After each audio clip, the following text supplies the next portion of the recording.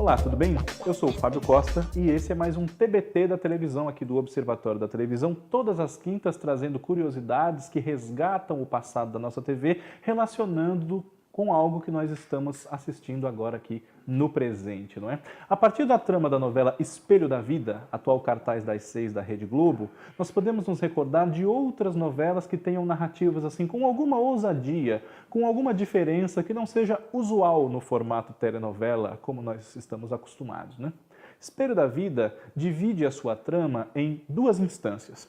A atualidade, com uma equipe de cinema que vai para uma cidade do interior de Minas filmar uma história de uma habitante dessa cidade que teve uma morte trágica quase 90 anos atrás, e o impacto que participar do conhecimento dessa história tem na protagonista desse filme que vai ser filmado, que através de um espelho que ela encontra na casa habitada por essa personagem que é o centro do filme, faz com que ela se transporte para esse passado.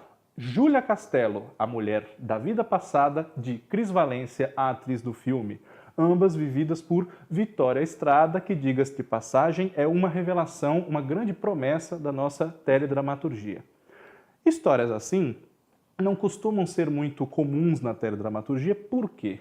Porque, como o consumo de uma novela deve ser o maior possível, ela deve ter a maior audiência possível, dificuldades que possam atrapalhar a compreensão e a boa receptividade da parte do público geralmente são evitadas, nem sempre a tempo, mas geralmente são.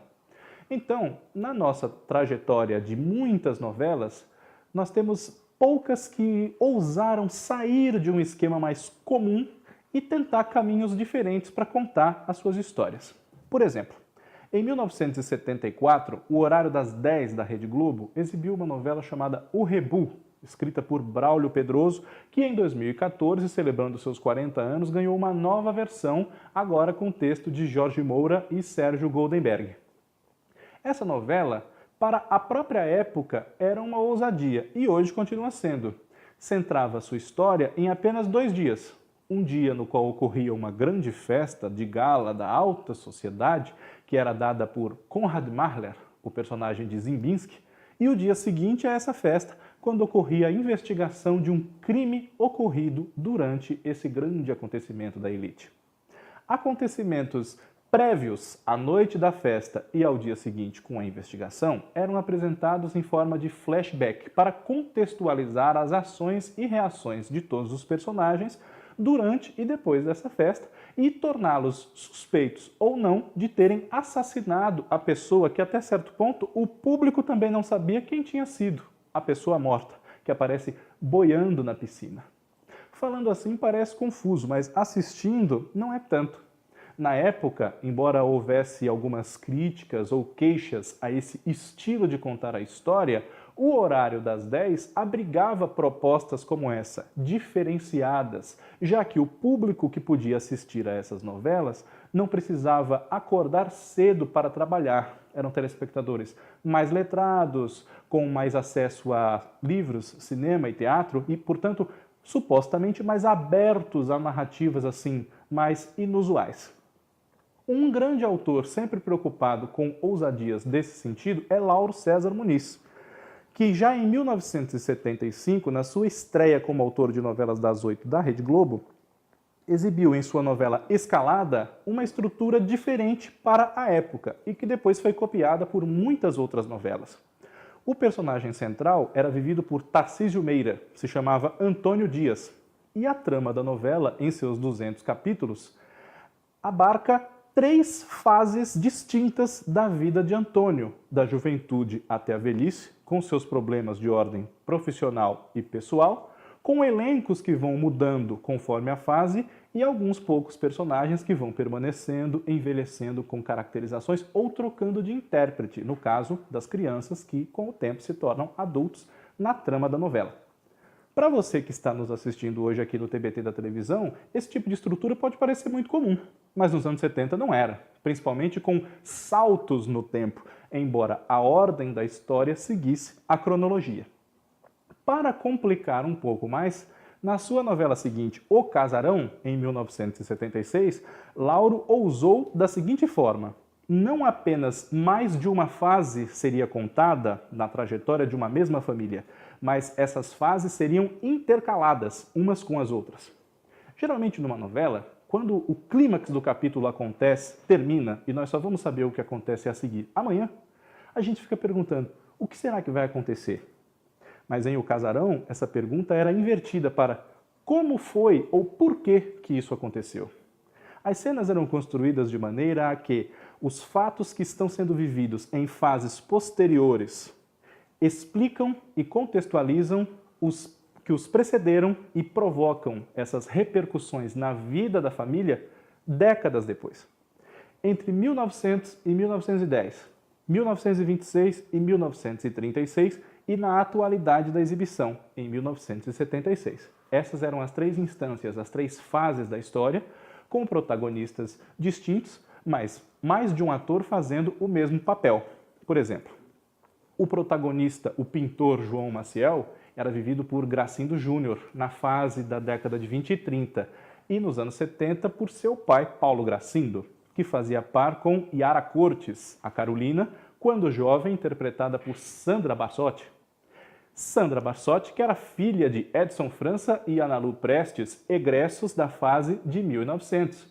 Analu Prestes, a Maria do Carmo, era filha do fazendeiro Deodato Leme, o todo-poderoso da região, interpretado por Oswaldo Loureiro, na primeira fase da história, cronologicamente falando.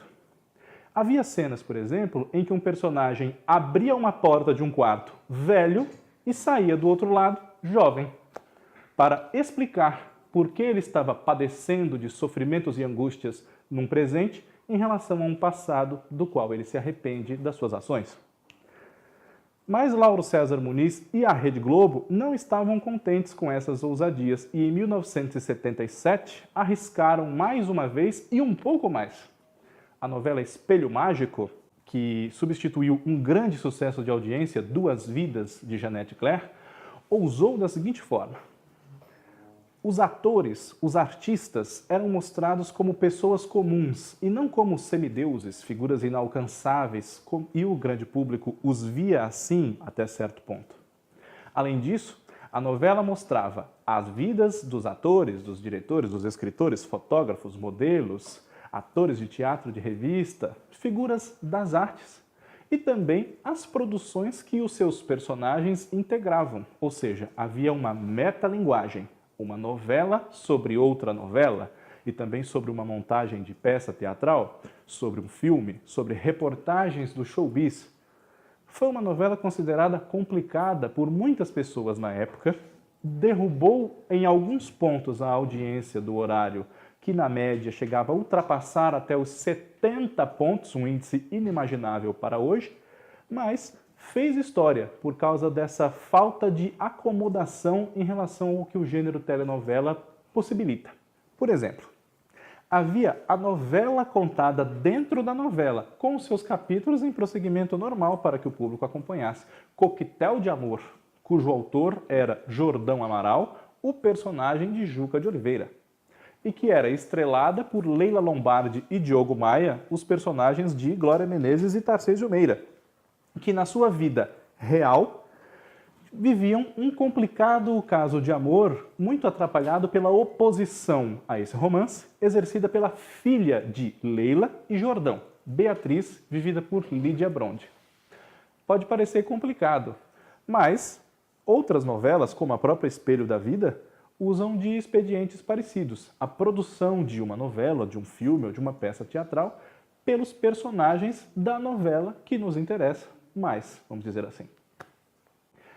Nos anos 90, depois de vários anos com outros tipos de ousadia em temáticas, mas não necessariamente em narrativa, a Rede Manchete ousou ao querer repetir o grande sucesso de Pantanal, agora centrando uma história na Amazônia. Inclusive esse era o título da novela, Amazônia, que tinha um argumento desenvolvido por Jorge Duran e Denise Bandeira.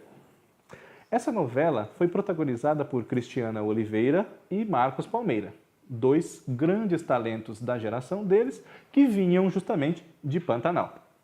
E ela não se passava nos anos 90, que era a época da sua exibição, mas sim em duas fases distintas. Uma que contava o futuro, no ano 2000, e uma que se passava na virada do século XIX para o XX, em 1899.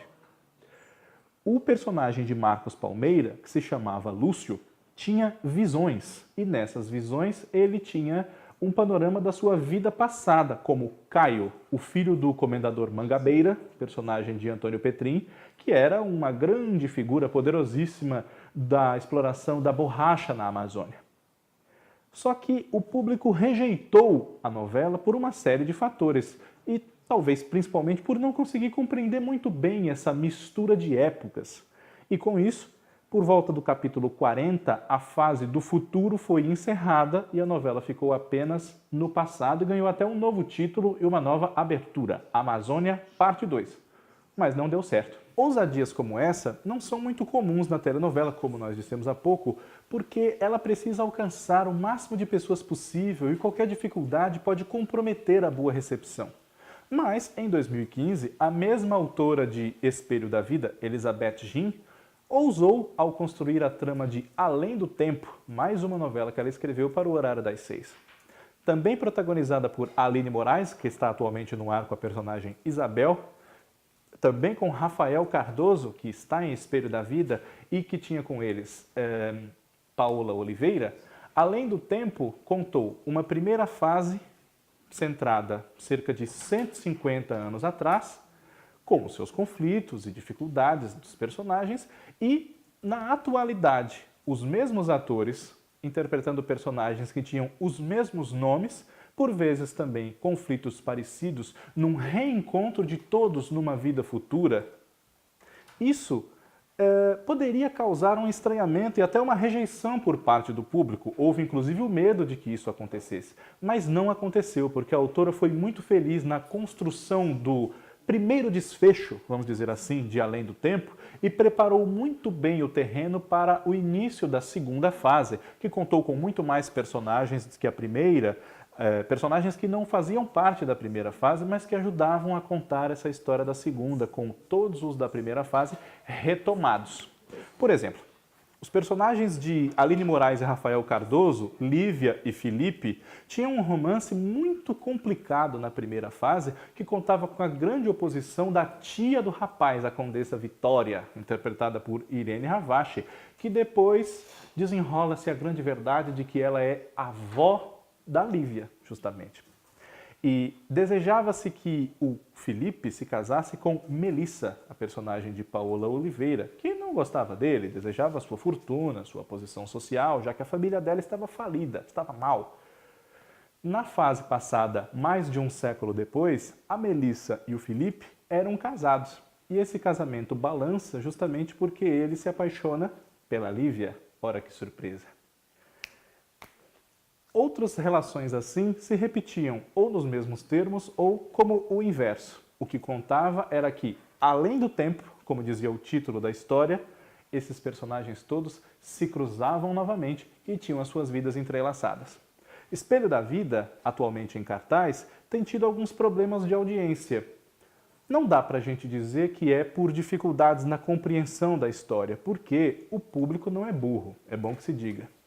E você pode compreender perfeitamente quando Cris está vivendo a vida de Júlia e quando ela volta a ser Cris, perturbada pelos problemas que ela tomou conhecimento ao ver a vida passada dela como Júlia. Isso é perfeitamente compreensível na trama da novela e muito bem desenvolvido pela autora. Quem sabe os problemas de Espelho da Vida estejam em outros aspectos e, de minha parte como espectador, eu espero que não se transforme a novela numa coisa mais palatável, que deixe de lado a sua proposta por causa dos problemas de audiência pontuais que hoje em dia ela tem tido. Muito obrigado a você que nos assistiu, que tem nos assistido todas as semanas aqui no canal do Observatório da Televisão. Na próxima quinta-feira estamos de volta para mais um TBT. Um abraço, tchau!